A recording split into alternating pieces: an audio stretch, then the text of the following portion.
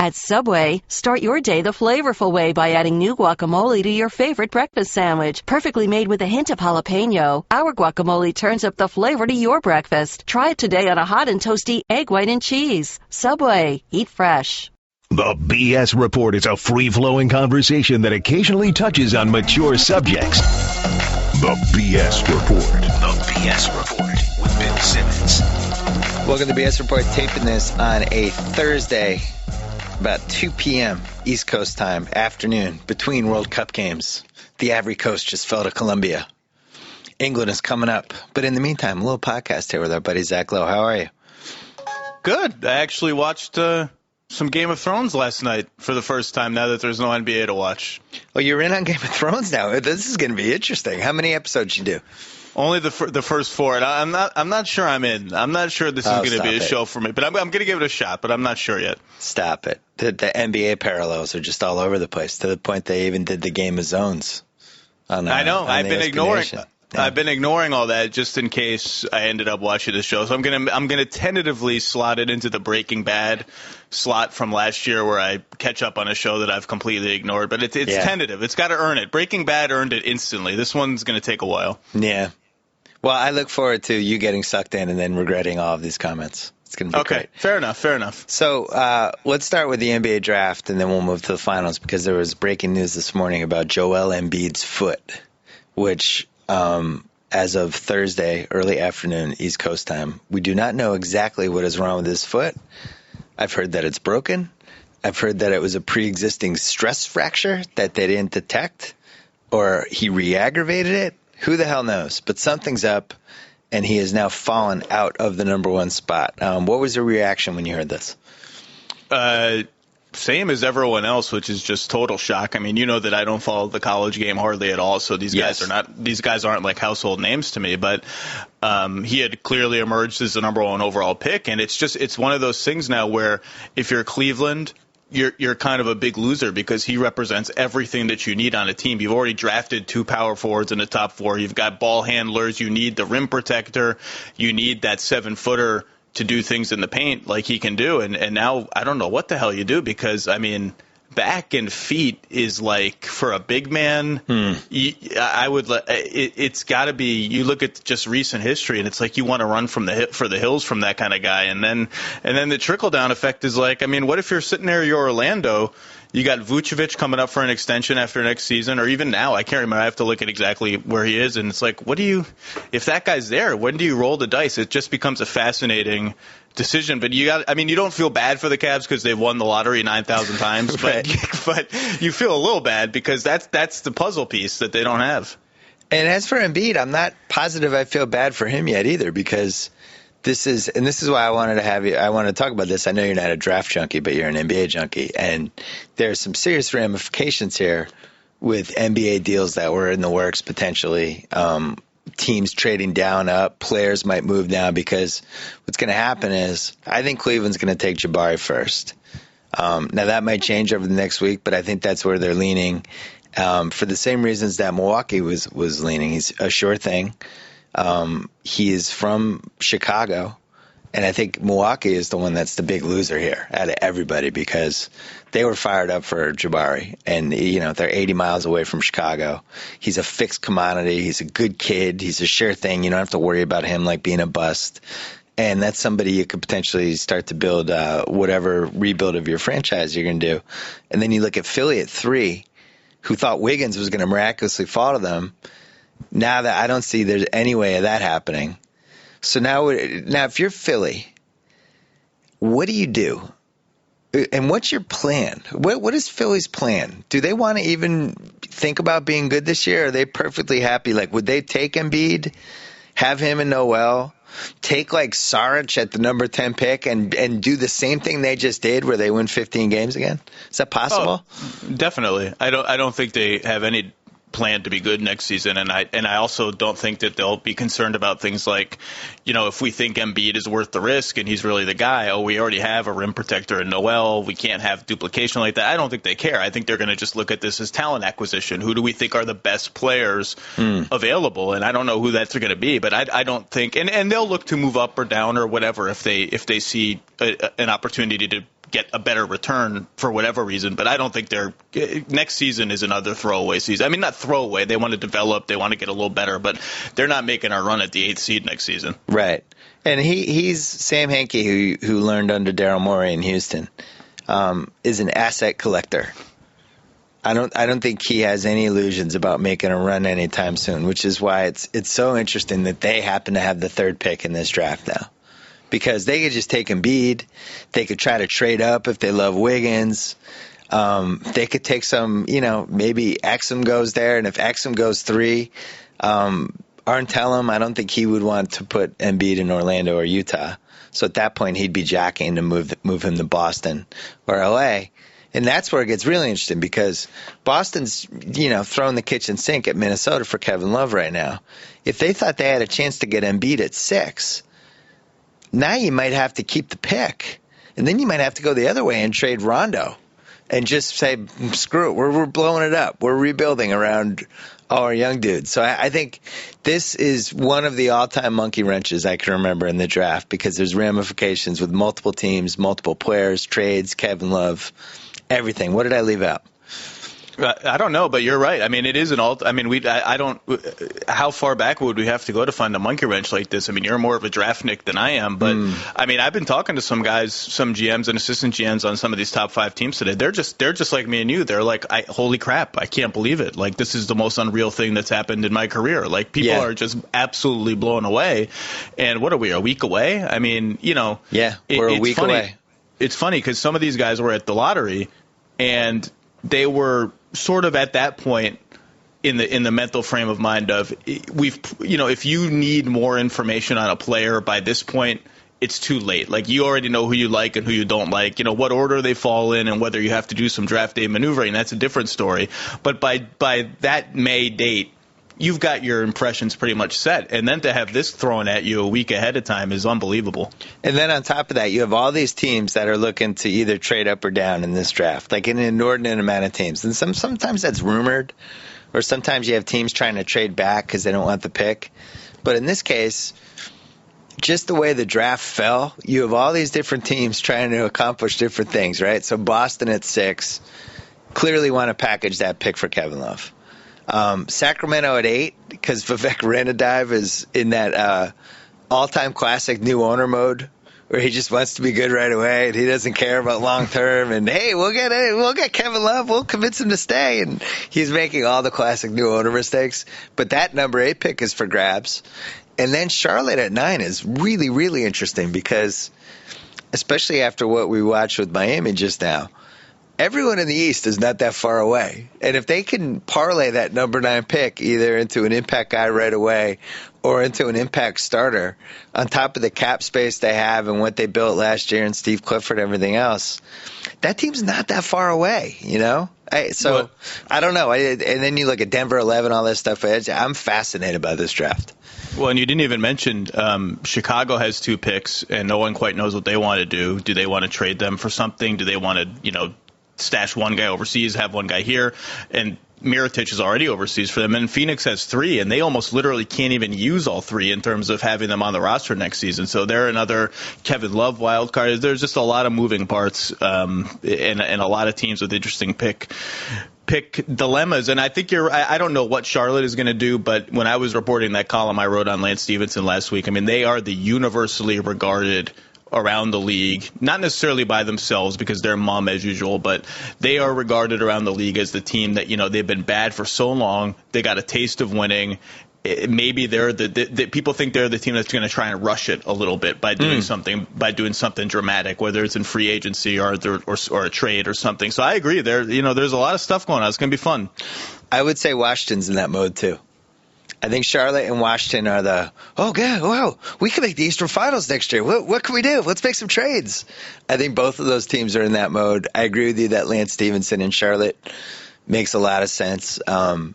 And, you look at Washington, it's just destiny. They're going to overpay Ariza and Gortat. Like, you can just feel it coming. And, I don't know ultimately where that gets them, but after watching how bad Miami was in the finals and how hard it is for Miami to kind of tweak what they have, I think 8, 9 teams in the East have to feel like it's not far-fetched that they can make the Eastern Finals next year, including Indiana. It looked like the end of an era a little bit for them in the Eastern Finals, and now I got to feel like, right, they can't feel like they got to run this back and figure out how to salvage this and move forward, right? Yeah, I mean, I don't know what other choice they have. I mean, if Lance walks away, it's not like they have any cap flexibility. They'd have the mid-level, and that's it. So I think they're going to run it back. I think they're going to do whatever they can to get Lance back, provided there's not some insane offer that they just can't compete with. And the difference between Washington and Charlotte, to me, is that Washington already has the team that they think is good enough to do that. So I think it's just, as you say, re-upping Ariza and Gortat and just reloading with the same guys. Charlotte, I feel like they know they need more to reach that next level, so I think that's why people are looking at them. And by the way, I'm insulted. I read your column this morning. I'm insulted on behalf of one Eastern Conference team that you didn't even mention in your Who is that? I'm going to call them the sleeping giant of the Eastern Conference, which is an exaggeration, but no one ever talks about the Hawks. The Hawks are thought good. About them. The Hawks are good. They have cap flexibility. They don't want Lance Stevenson, so that's not going to happen. But like that, and everyone is talking about like, look how the Spurs played, and it's so beautiful, and teams don't know how to guard it. That's what they're trying to build there. They want high IQ players who pass and shoot, and Budenholzer is a shooting zealot. I don't know what they're going to do. The most likely thing is they just hold their cards and keep trying to find, a superstar that becomes available to them. But no one ever talks about them. But they were third in the Eastern Conference before Al Horford got hurt. And they have flexibility to add, essentially whoever wants to go there this summer. That's a good team. I would like to apologize to the 248 Hawks fans out there for not including them in that piece. That was a mistake. And Rembert. Most importantly to Rembert and to John Dahl from 30 for 30 for not including the Hawks. You're right. They should have been in there. And the fact that they were the 8th seed without Al Horford, they have cap space, they have Schroeder. Is that how you say? Don't you roll the R with his name? Dennis Schroeder?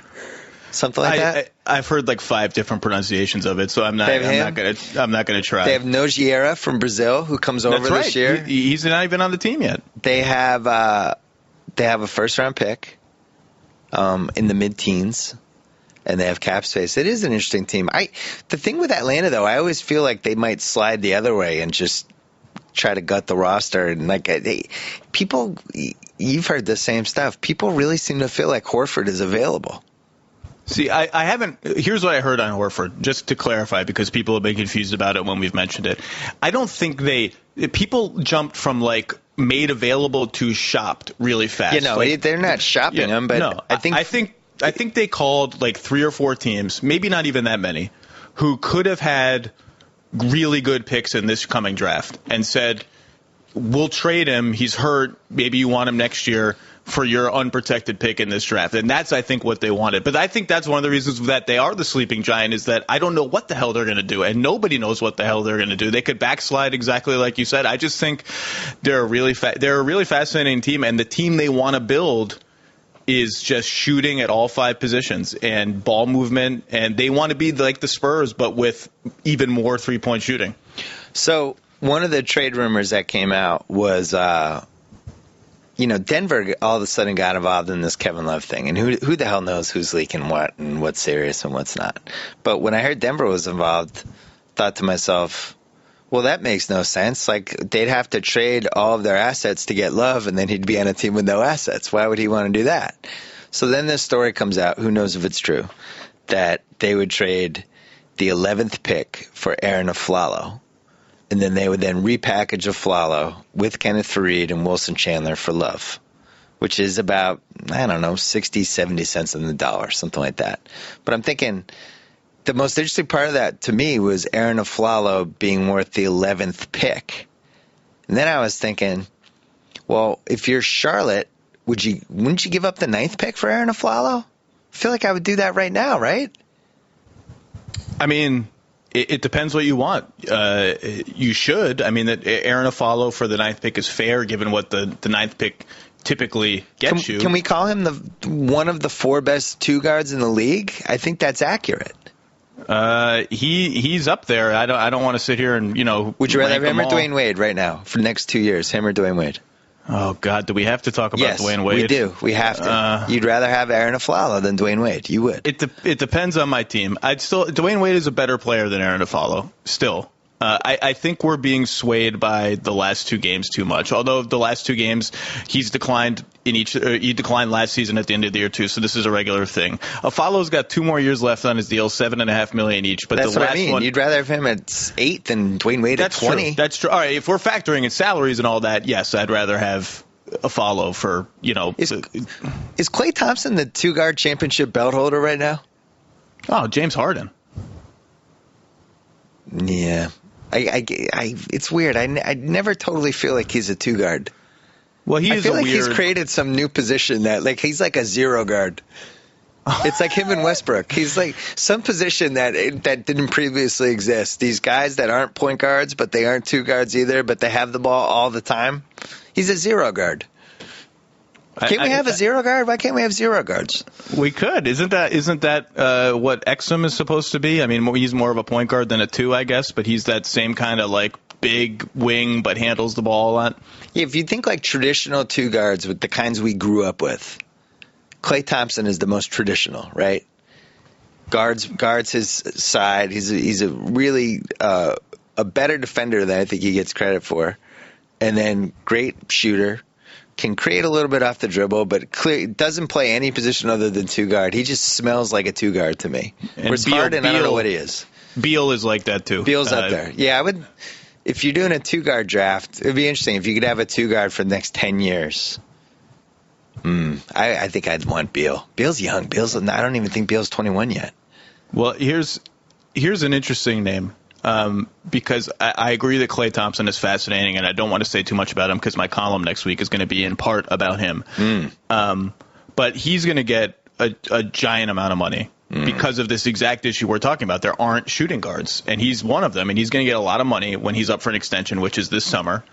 And he may get close to double what Wes Matthews earns, maybe not close to double, like maybe 1.7 times what Wes Matthews earns. And I'm not sure that, like, other than being younger, he's like a demonstrably better player than Wes Matthews. He's a little bit better of a shooter, but not like dramatically. Wes Matthews is a great shooter. I just think it's going to be fascinating to see what he makes, and it's all about opportunity. And Portland, I think correctly, smelled an opportunity with Wes Matthews 3 or 4 years ago after his season in Utah, and they got him on a deal that everyone said was bad, but now looks actually pretty good. Yeah, well, I remember during the lockout, when the lockout abruptly ended, and we had that 3-week period before the signing, and I was writing like every day, and I wrote a column about how Aaron Aflalo was going to make between $45 and $50 million a year with his next deal, and whether he was worth it or not. And the whole point of it was there just aren't any 2-guards, and whatever list you want to make, he was one of the best 4 or 5 2-guards in the league. But then it was such a dramatic drop off to the second tier of 2-guards that you could argue he has more value than that, because if you have him, there are 5 positions on the floor, and he's one of the best 5 players in the league at one of those 5 positions, then that probably has more value than we think. Whereas on the flip side, everybody has a good point guard. There's like 20 above average point guards, and somebody like Drew Holiday, who ends up going for 2 first-round picks, but probably isn't one of the best 10 point guards in the league. Is he really worth 2 first-round picks? It's interesting. Like nobody evaluates the position when they evaluate value, which I don't totally understand. What do you think of that? Well, it's a great example that's going to happen now is Patty Mills. There's all this hype around Patty Mills, and Patty Mills is a starter, and how much money is Patty Mills going to make? And Patty Mills, talk about, sort of hybrid guards. Like, Patty Mills only kind of played point guard for the Spurs. I mean, he played almost all of his minutes with Ginobili or Parker on the floor. He's much more of a shooter than he is someone who gets into the teeth of the defense and creates off the pick and roll or something like that. And then you look at, go through the teams. Who needs a starting point guard where Patty Mills is, clearly an upgrade over what they have? I mean, who are the teams? The Knicks? Okay, that's one. There have already been rumored for him. Utah has Trey Burke, but they're not super interested in being good next year. Sacramento, we have to figure out what they do with Isaiah Thomas. And, who else? I mean, Toronto, we have to figure out what to do with Lowry. But it's not like there are 8 teams out there who look at Patty Mills and are like, that's a giant upgrade over our starting point guard. We need to spend $8 million on that guy. Well, it's funny. Doug Collins and I have spent a lot of time talking about this as we watch games, because I actually think he's a starting guard. And Doug disagreed, but we had fun arguments about it. But it would seem the ideal way to use him would be either how the Spurs used him, where he's guarding the other team's point guard, but you have a creator, so he doesn't have to be your creative point guard. Or you team him up with a bigger player. Like, I was thinking Philly would be really nice for him, because Michael Carter-Williams would handle the ball offensively, but then on defense, Patty Mills would guard the point guard and Michael Carter-Williams could guard the two guard. And then he'd play off the ball. I think he has real skills. Like, for instance, give him all of Derek Fisher's minutes on Oklahoma City last season. Is Oklahoma City better? Of course. No question. So why isn't that a candidate for him? And they would foul less, because Derek Fisher can't even walk anymore without fouling somebody every 2 minutes. I thought Presti got such a free ride for that entire, whatever. I know all the Oklahoma City fans think I have a stick up my butt about their team, but I hope they realize that they really had a chance to win the title this year, and they were playing Derek Fisher for copious amounts of minutes in do-or-die playoff games. Is that Sam Presti's fault, or is that Scott Brooks' fault? Well, who else was he going to play? Well, I wonder. Well, it was partly Scott Brooks' fault, but the options were like Jeremy Lamb, Perry Jones. Well, that's what I wonder. Fabo. I wonder what those options, particularly the young guys, look like if you just play them in the regular season and you get them to game 82 where they feel comfortable in part of the rotation, or kind of. I mean, Lamb was for a while and then got taken out halfway through the season. Well, he slumped, remember? He went cold for like 3 weeks, and then they got Butler and they just gave up on him. I agree with you. I thought the biggest mistake they made that season was not making sure that Lamb was like, hey, Lamb, we don't care how you play, you're getting 20 minutes a game. Just know that every night you're getting 20 minutes. Don't worry if you have a bad shooting night. We're going to keep giving you those minutes, and they didn't. Mistake. It's interesting how we talk about things like this, because you would want to say, like, well, that's what the Spurs would have done. You know what I mean? They would have just said, we play everybody, everyone's going to get time, and by the end of the season, we're going to be confident in the guys we have on our team. But Patty Mills barely played last year. I mean, he played less than 700 minutes last year. Corey Joseph played over him. Yeah, so it's not as if, everyone automatically plays for the Spurs. It doesn't necessarily work that way. But yeah, no, I think that it was strange what happened with Oklahoma City's rotation. But there's another interesting thing to say about Oklahoma City, if you'll let me continue to hijack your podcast. No, I did. That's why I have you on. This is interesting to me, like the way we think it and talk about the league, right? If you put the Miami Heat people, not necessarily the players, but the coaching staff and the front office people, if you gave them truth serum or maybe just alcohol, they would tell you, I'm 100% sure, that they would rather have played the Thunder in the finals than the Spurs. Oh, I 100% agree with that. No question. Because the Thunder they have Durant, they have Westbrook, who's an overwhelming athlete. The Heat can deal with that as long as it doesn't come with sophistication and ball movement and a system like the Spurs. They were ready for that series, and I think even in their worn down state would have had a chance to win it. So then take that logic to the next step, which is, if Ibaka is fully healthy for that entire series against the Spurs, maybe it's a coin flip. Maybe they only win the series 40% of the time, but they definitely have a good chance to win it. Are we sitting here looking at a Miami three-peat instead of like, oh my God, the Heat, they're dead. What's wrong with them? How do they have to retool? It's just interesting how those little things, not little things, but how history can change like that on a dime. It's a great point. And the other part with that is I really did feel like Durant was running out of gas as the playoffs went along. And I, if you thought Miami was running out of gas, just what I don't know if Durant would have had a great finals. I wasn't that impressed with him in the playoffs, but I also don't blame him at all, because I thought they asked way too much for him this year, and they never got him the ball in the right spots. I think I could see him. I really, next year's year 8 for him. He needs to learn how to get on the low block. He's at the same point LeBron was after that Dallas series. And it's like if he really wants to win a title and go to that next level, he's got to figure out how to become an inside-outside guy, and he can't do it yet. But then, the other part of it was just they had the expiring contracts.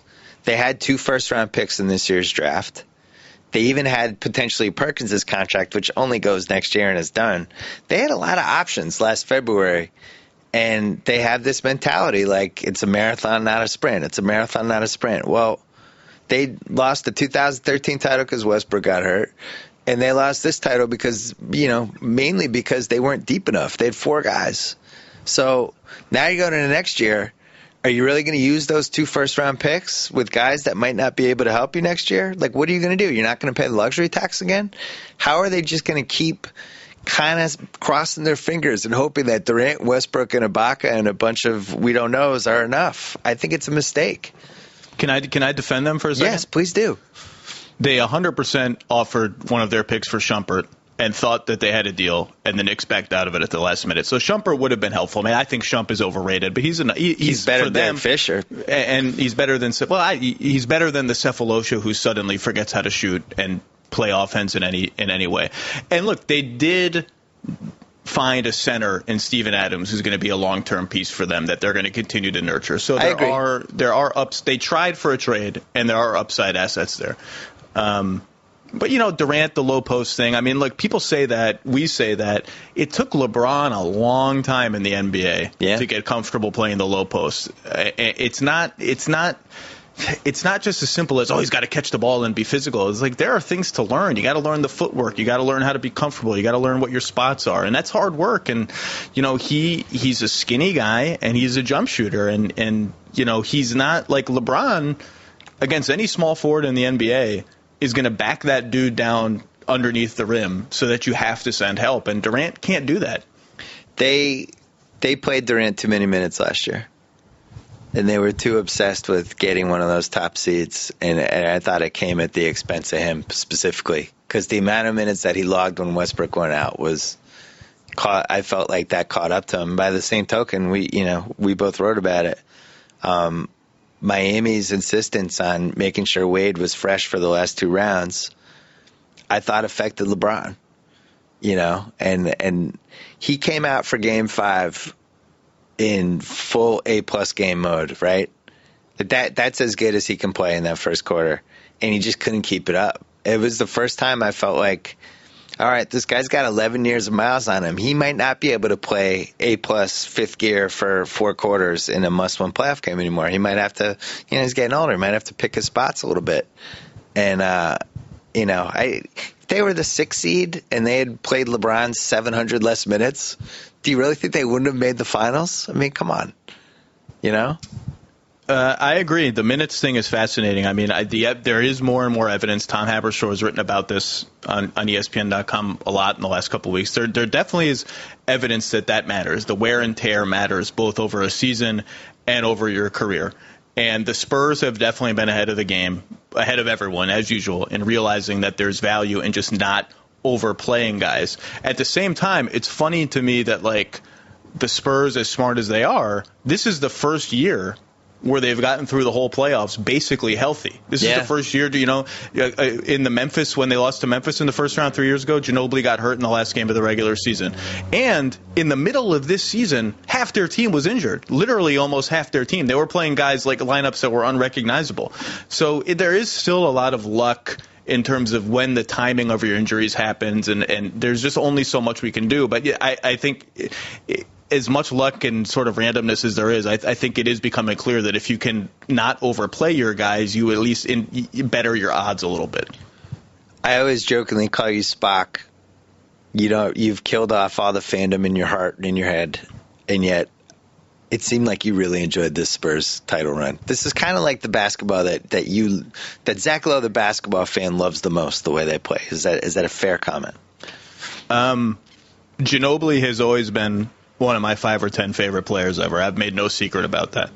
I have the only non-Celtics piece of basketball memorabilia I have, and I only have 3 pieces of basketball memorabilia, period, is an autographed Duncan photo I bought on eBay when eBay was exciting 15 years ago. I don't even know where it is, but it exists somewhere. And I remember, here's a vivid memory I have. When they first got Diaw in 2012, and they went on that monster winning streak toward the end of the season, I was in Philly with my in-laws watching one of their games on my laptop, and they had a sequence that ended with the D out to Duncan high low, and it just sort of dawned on me at that moment, and I tweeted it. It's just like not only like everyone had been saying for years, like, oh, the Spurs aren't boring, the Spurs aren't boring. At that moment, it dawned on me like they're not just not boring, they're the most fun team to watch in the NBA. Yeah, and that's been the case continuously since then. And I like. You know, people think the Spurs are boring and buttoned up. Like, I have a good relationship with RC. I know a bunch of their coaches. Manu Ginobili is as reflective a player as there is to interview. Even Kawhi, if you get him alone, is kind of fun to talk to. It's like they're a fun team to be around. And, you know, I like watching the Heat, and I like their guys too. But, yeah, I mean, it just the story of coming back from last year's finals and the group of guys they have, it was fun. I mean, I can't lie. It was fun to see them win. And phenomenal crowd. The crowd was awesome, especially in Game 5 when they started coming back. I mean, what was the final? What was it, a 59-22 run? After they were down 22-6, they went on a 59-22 run. I mean, that has to be one of the great runs that anyone's had in a clinching finals game. It was unreal. And it's funny, once the Spurs went up 3-1, there's a part of you, and everyone in the media felt this way, there's a part of you that's like, we can see the finish line. Just like, we don't want it. Now it's 2-2, 1-1-1. Like, we don't want to go back to Miami and then back to San Antonio and get all tired. And when they were down 22-6, there was not 1 second when I thought, oh my God, I got to get on that, you know, finalize that flight to Miami tomorrow. I just didn't think they were going to be able to hold it together, and they weren't. I knew when they started Ray Allen, because let's be honest, Ray Allen can't play more than 18 minutes a game at this point. If you play him 32 minutes, you're still getting 18 minutes. He's one of those guys. It's like that old saying. He can give you 18 minutes a game, play him 32. You're still getting 18 minutes. When they did that, I knew they were done. That just seemed desperate to me, you know. And then Chalmers is somebody who was obviously horrific in the playoffs, but last year pulled a really good game out of his ass at the best possible time. I can't remember if it was Game 6 or Game 7. But had a knack of just out of nowhere having these awesome games. And that's really what they missed in the finals. They in 12 and 13, that they had always had these random role players pull these great games out of their ass. Badia hit, what did he hit, 5 or 6 threes in Game 7 last year? 6. Yeah, 6. And this year, just other than when Rashard Lewis inexplicably went into the time machine and 2007 Rashard emerged for about 2 weeks, that was really the only luck they had with that. And then he turned into Rashard Lewis again in Game 3, and that was that. But so you seem to think people are overreacting to Wade. Is that fair? I don't. Well, I don't know what I mean by that, because this is, again, the second year in a row where Wade has declined towards the end of the season, and I think it's obvious that, you know, he has knee issues that are just not going to go away. But he was, I mean, like, if you just stopped time after the Eastern Conference Finals, you would have said raving success what they did with Wade this year. He was phenomenal. He was putting up huge numbers. Everything was going according to plan. I disagree. No? Yeah. I went on Le Batard's show, and I talked about it. Here was what I thought was the most interesting part of the Eastern Finals. When LeBron got in foul trouble in Game 5 and Wade had to quote-unquote carry the offense, and Paul George was suddenly guarding him. He was so helpless, and he ended up getting some of his points, but it happened because he shot threes, which he knows he can't shoot threes. But that was really his only recourse against Paul George. And just being at that game and seeing how much trouble he had scoring against Paul George was eye-opening for me. That was the first time I felt like, oh, my God, he's not the same guy anymore. And he couldn't guard him on the other end either. And they finally had to switch and put somebody else on him. But I had that in the back of my head going into the finals. And then that first finals game when LeBron had the cramps, it was the same thing. You know, I used the analogy on Le Batard's show. In baseball, you have that the number 2 starter on your team is going against the other number 2 starters. So if he's a really good pitcher, but he's not going against the other team's aces, you know, he'll do really well. But then if the rotation gets screwed up and all of a sudden now he's going against the other team's aces, all of a sudden he doesn't look as good anymore. And I felt like that was what was happening with Wade every time LeBron came out of the game. And if you remember 3 years ago, when one of them would come out of the game, the other guy would be awesome. And be like, oh, great, I get to run the offense now. And I felt like that was gone. So anyway, that was just a gut feeling I had. I don't know. Wade was better than LeBron in the finals 3 years ago. Not that LeBron made it even close by the end of the finals. But look, it's always an adventure now when LeBron goes out. How are they going to score? Can Wade keep the ship afloat? Sometimes he can and sometimes he can't. It was either game 2 or game 3 of the finals, maybe both, where he had a good 5-minute stretches against San Antonio where he kept it afloat. He did. But and I think it's just sometimes those floaters go in and the mid-range jumpers go in, and sometimes they don't. I don't think the shot quality when he's the lead ball handler really changes all that much. I just think sometimes they go in and sometimes they don't. But that's the whole point of getting LeBron and Wade, is that like you transition him into a role where if there's no foul trouble and the air conditioning in the AT&T Center works, he only has to do that for 4 minutes a game or 6 minutes a game and not for 20. You went to those games though. The hugest difference with Dwayne Wade now is that he's not a two-way player anymore. He is a below-average defensive player now, and he doesn't get any of the athlete defensive plays that he used to get. They don't really run fast breaks with him at all. He doesn't hustle back on defense all the time. Like he plays all the time. He plays like a 39-year-old man. I think that was what was the most like just going, because I went to the Eastern Finals too. I was stunned by just play to play how different of a player he is now. Like he plays like a 39-year-old man. You raised two interesting points, which is he rarely makes the crazy defensive plays that he used to make. He still make them sometimes, and he did against Indiana. He had some crazy steals where he'd fly in from the wing and steal it from Hibbert or West on the roll or whatever. Right. But he sometimes looks like he can barely dunk. And again, I think Miami has to think very seriously about how do we find a defensive system that recognizes that Wade, LeBron, and Bosh are all 29 or older, and they're just going to keep getting older, and we can't play this extreme flying around kind of system anymore. And the other thing about Wade is, look, he's not aging gracefully, blah, blah, blah. One thing you can do to the degree that your body allows it, and that's an important caveat here, is you can try. Like, you can actually try to get back on defense. Wade has not been getting back on defense for like 5 years. This is not he's unbelievably lazy and irresponsible. When you bring it up with the Heat coaches, and LeBron does it sometimes too, not as much, but sometimes, they just kind of shrug, and it's like, that's how superstars are, and like, these habits are ingrained and blah. It's like, look, this isn't, you get to the finals, you're not playing these sorry-ass Eastern Conference teams who can't even throw the ball in the post. You're playing a real team. Like, you can't give them an open three-pointer or 3 or 4 a game because you're moaning to the refs or just meandering around. Like, your margin for error is 0. You got to try. The moaning to the refs is a crucial point, because that I personally watched that 40 times over those 2 rounds where he didn't get some call or he got stripped or he got blocked, and instead of just running back knowing that the team was now in danger, he had to do the whole 3-second routine with the refs, shrug his shoulders, why didn't I get that call? And meanwhile somebody's shooting a wide open 3 on the other end. I didn't like the way he played at all, and I wrote about this today. You've written about it too. Like, I don't see how LeBron stays if Wade and Bosh are going to make $40 million a year. I think that guy wants to win too badly, and he knows.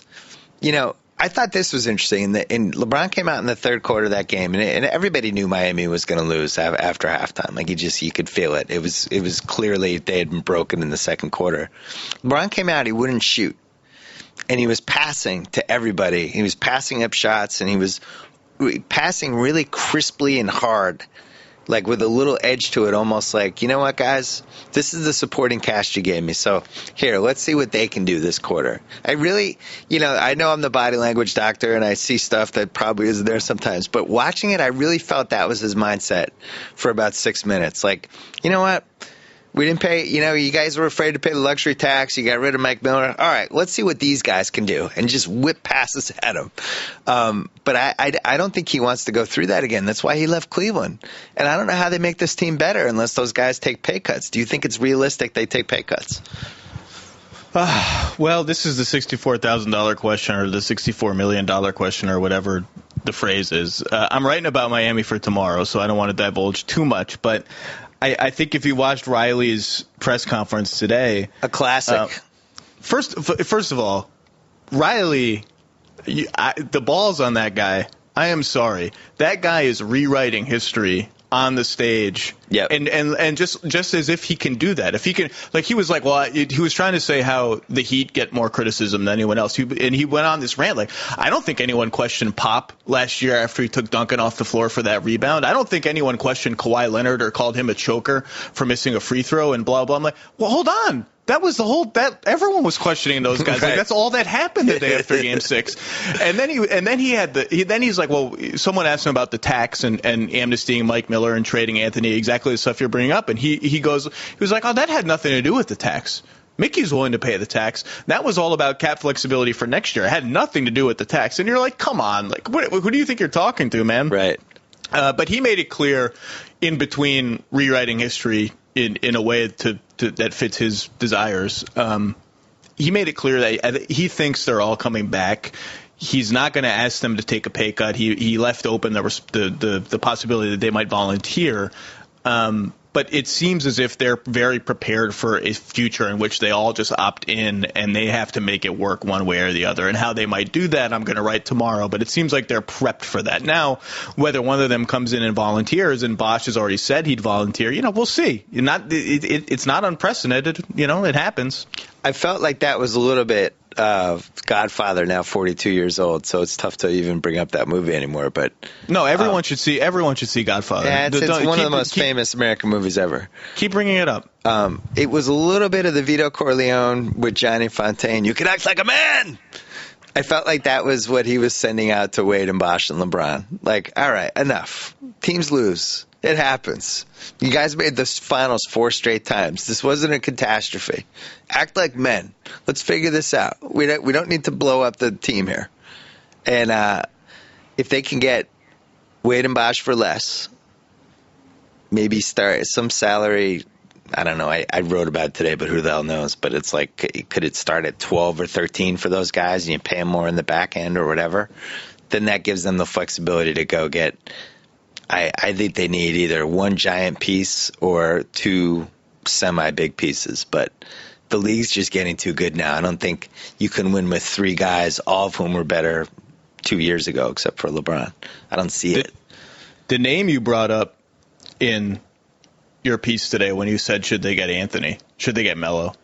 The name you beat me to it. Not that there's, that it's a secret, but the name you brought up that to me would be scary as all hell is if they somehow got Marc Gasol next year when Gasol is a free agent, because Anthony, he's another wing that can play power forward. They already have that. He's a scoring wing that can play power forward.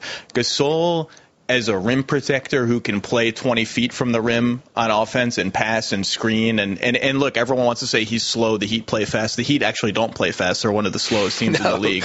They have the slowest pace since like the 88 Celtics. That's the kind of player that would absolutely terrify me if they got. And it's easy to say they should wait until they can find that player, but they may be in a position where they just can't wait, where they need to tell LeBron this summer we're doing something. And if the something is we get whoever it is, I don't know. I don't think any of these names are likely. I don't think Anthony's likely. I don't think Kyle Lowry's likely. I don't think any of them are likely.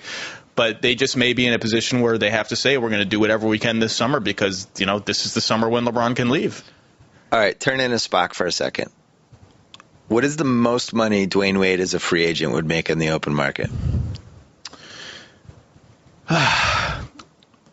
Would somebody offer him $12 million a year? I think so. It would be really fun. Somebody brought this up to me the other day, some official with some team. I can't even remember which team. We were talking about this very topic. Who would go after Wade? Who's the crazy team who would talk themselves into Wade? The Knicks. Well, the Knicks have no money, though. But you said crazy team. I just reflexively said the Knicks. Yeah, it's just a reflexive response. Yeah. Someone brought up Dallas. And they've already got Monte. I realize there are a million reasons it may not make any sense. I think it would be so much fun to watch Wade and Dirk run these old man crafty pick and rolls where they hit floaters and mid-range jumpers and like stutter step dribbles by Wade, Euro step dribbles by Wade. I think that would be a lot of fun. I think some team would throw, I think it's the years, not the money. I think some team would throw maybe like 2 years, $30 million at him if they could keep it at 2. I think someone would give him 12 per year over a certain period of time. Yeah. Yeah, I think 30 would be around what we're talking about here. Like, for instance, Charlotte. Sure. Now, that's a team that might go 3 years 40.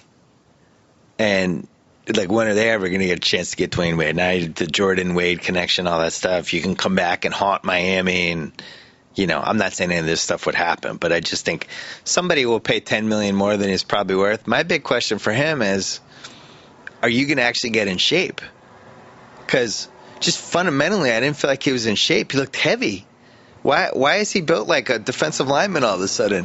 What happened to lean, tight, you know, unbelievable athlete Dwayne Wade? I feel like that guy could lose 15 pounds in a month. I don't know why he's carrying so much weight. I think Tim Grover is going to leave a bag of poop on your doorstep tonight. Well, you know what? I think Tim Grover did a bad job in this case. Dwayne Wade's too heavy. It's over for you. But it's funny. You go through the teams, though. There just aren't that many candidates for Wade. I think Detroit would be, in theory, a candidate to say, can we upgrade the two-guard for a couple of years and make some playoff runs? But I don't know that Stan wants to go that route.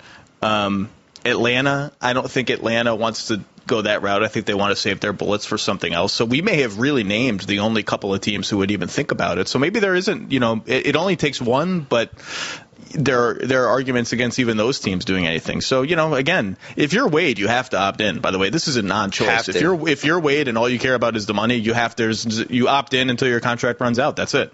Or you restructure the deal where they pay you more in the back end. Jalen and I spent a lot of time talking about this because we were together so much during the last two rounds. But he's like, Wade will not give up 1 cent. So any cent that he gives up will have to be given back to him over the last 2 years. What's interesting is, as Lebitard pointed out, I didn't even know this was a rule. You can't give somebody more than a 4-year deal if they're going to turn 35 at any point in the deal. Yeah, it's the age 36 rule. Yeah, it's a good one. So it's a weird rule. It's a weird protect teams from themselves. I like it though. I like that. First of all, I like that the league has to protect teams from themselves. It's just a funny concept. You guys are so irresponsible and stupid. We need to put in rules so you don't hurt yourselves. But so, you know, if it ended up like 55, 60, something like that, what do you think? This is even more interesting than the Wade conversation. What do you think Bosh would get on the open market? Let's just say he opts out. Feels like he was being blamed for stuff. He's just like, you know what, guys, I've had it. I'm out. What does he get? Because he's basically Sam Perkins now. See, I think you're shortchanging him by comparing him to Sam Perkins. Rich man Sam Perkins. A very rich man Sam Perkins, who is a very good defensive player, still in his prime. I think in this NBA, his ability to shoot threes and play defense at multiple positions, and including playing center, is very valuable. I think any team that's in this, like, are they clearing cap room for Carmelo discussion, would, like a Houston or any team that's in that, you know, Chicago, maybe he doesn't fit as well because you have Noah and Gibson there. But I think there would be a market for him at something 16, 17 million. He'd get a lot of money. Well, I was projecting Sam Perkins for him. I don't think he's Sam Perkins right now, but I just think he's heading into year 12. The rebounds are dipping. The free throw attempts are dipping. Like, there are signs that when you're talking about a big guy, that those things don't come back. And when you let your big guy just become a jump shooter who doesn't want to play around the rim anymore, eventually all the other stuff goes away. So if you're getting Bosh, it's got to be the right team. Like, for instance, Phoenix I would assume would go all in on Chris Bosh, right? Like, that's a team that would be like, hey, this guy fits into what we do. We'll start him 15 a year. We'll put him with Bledsoe and Dragic and all our picks, and I would say they would jump on them. I don't feel like anybody's jumping on Dwayne Wade. No, I agree. Bosh, I think, would have 3 or 4 like serious, legitimate suitors. So who knows? Yeah, maybe absolutely. He leaves, you know? It's funny, though. You mentioned in your piece also that Miami didn't seem like – they seemed almost relieved that the season was over. And they didn't seem to be, like, enjoying themselves that much. You had that AP quote in there about Bosh saying there just wasn't a moment of pure joy and all of that.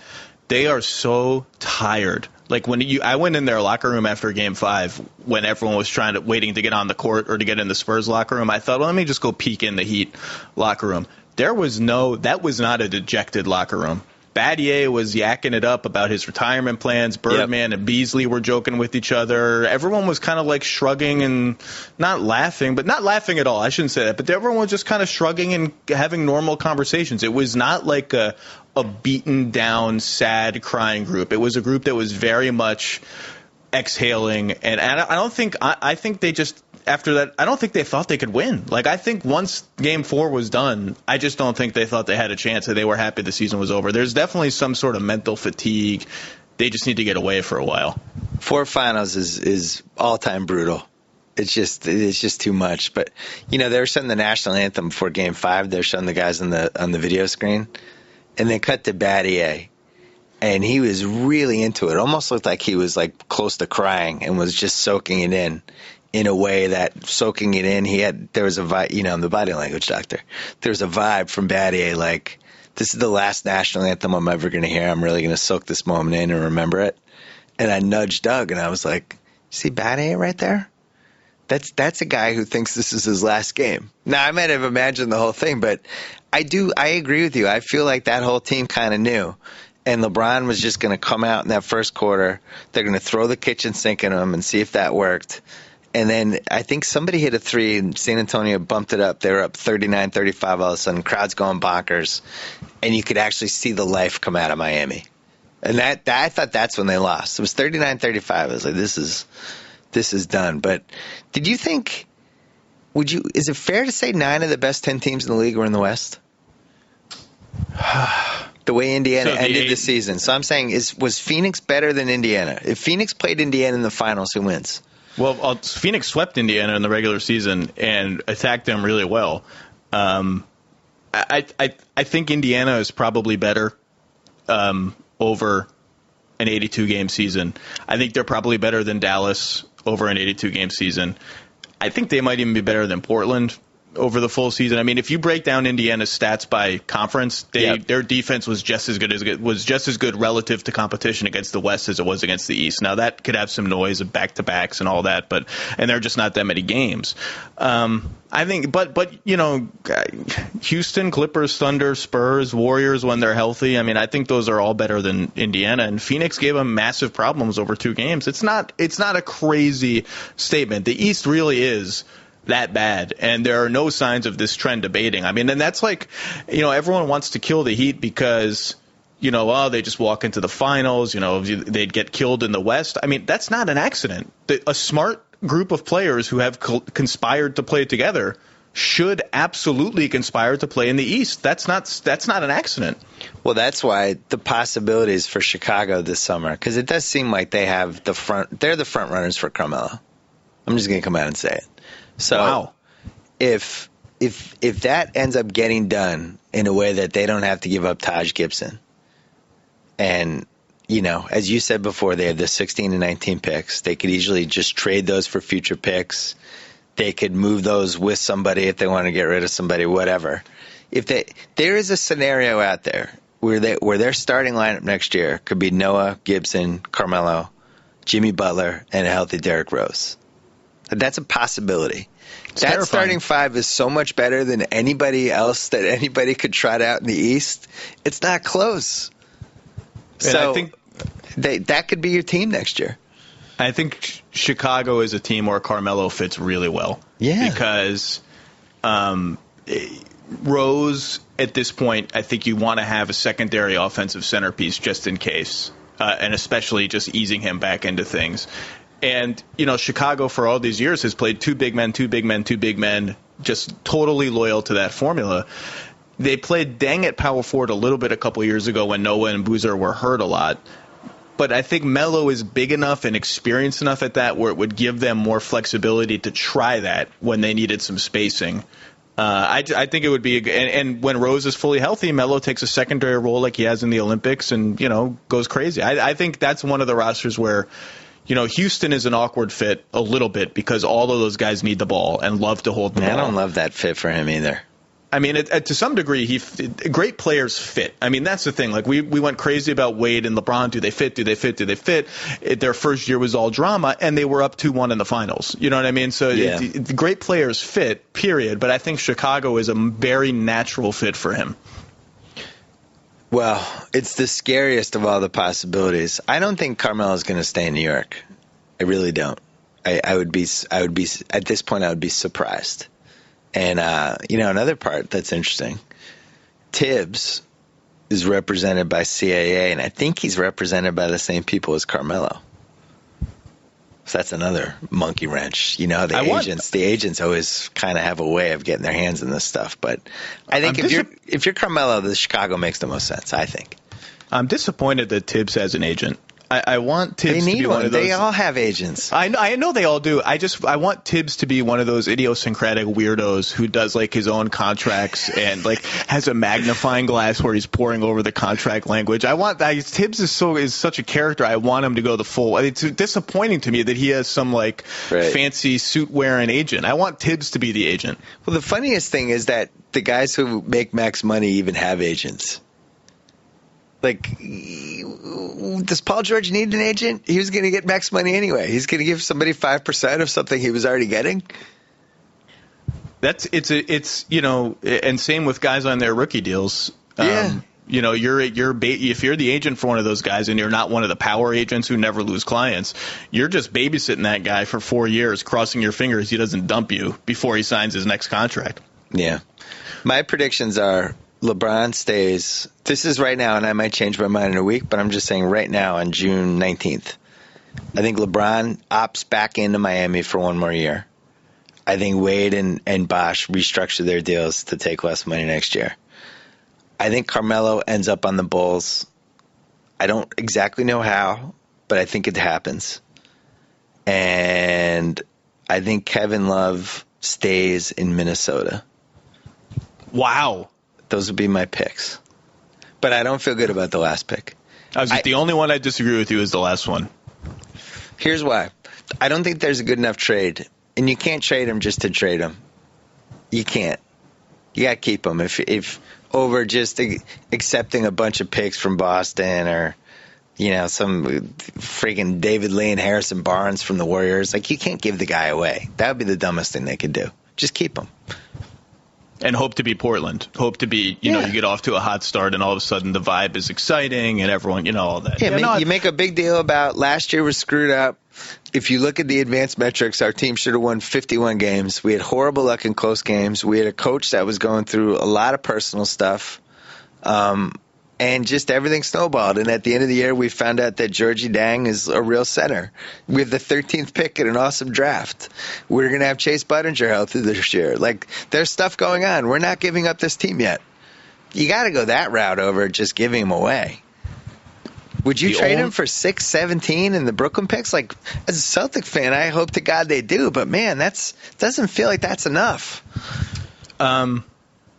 Again, he's my column for next week or part of it, so I don't want to say too much. But a lot of it depends on what Minnesota wants to do in terms of how competitive they want to be. And the possibility that we have to acknowledge, because I've written before about that Portland scenario, and I think it should be on the table for them, given everything you just said about the advanced metrics and that they should have been a very good team.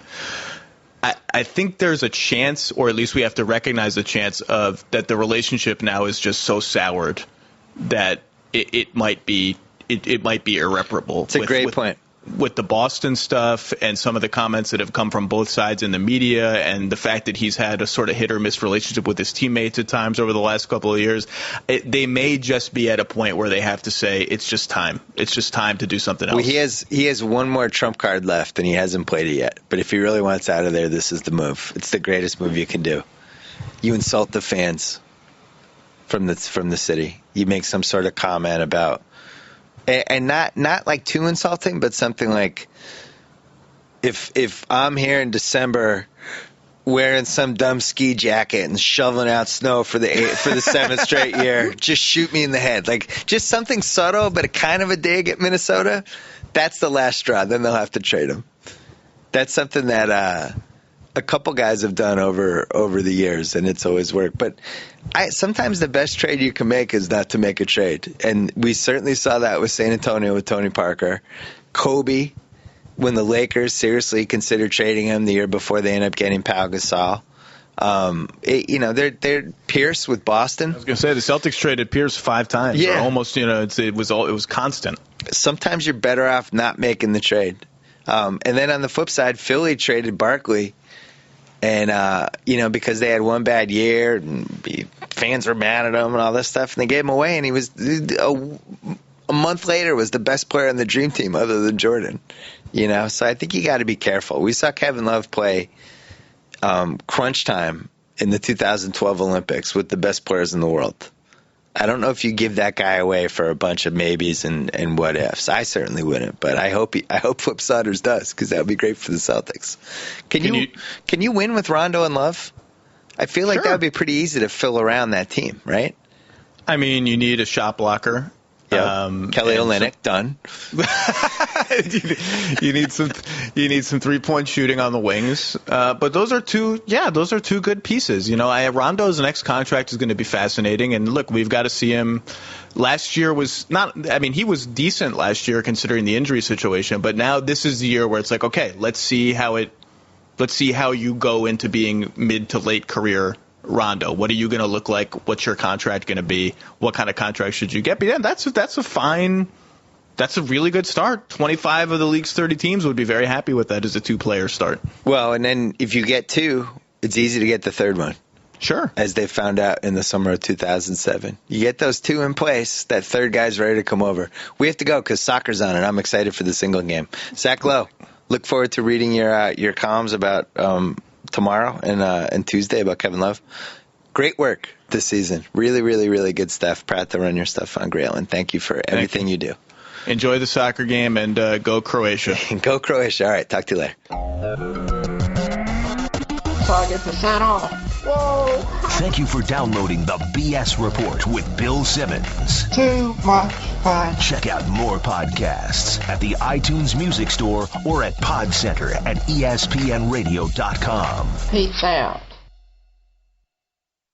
Gotta say, Golick, great call on grabbing Subway for lunch and getting guacamole on our subs. Told you this new guac really amps up the flavor. Yep, something adding up things can be great. Guacamole on your sub, a new co-host to replace you. What was that? Oh, no, nothing. Subway now has deliciously rich new guacamole made from ripe Hass avocados with just a hint of garlic, onion, and jalapeno. Discover how new guacamole turns up the flavor on any of your freshly made favorites. Subway, eat fresh.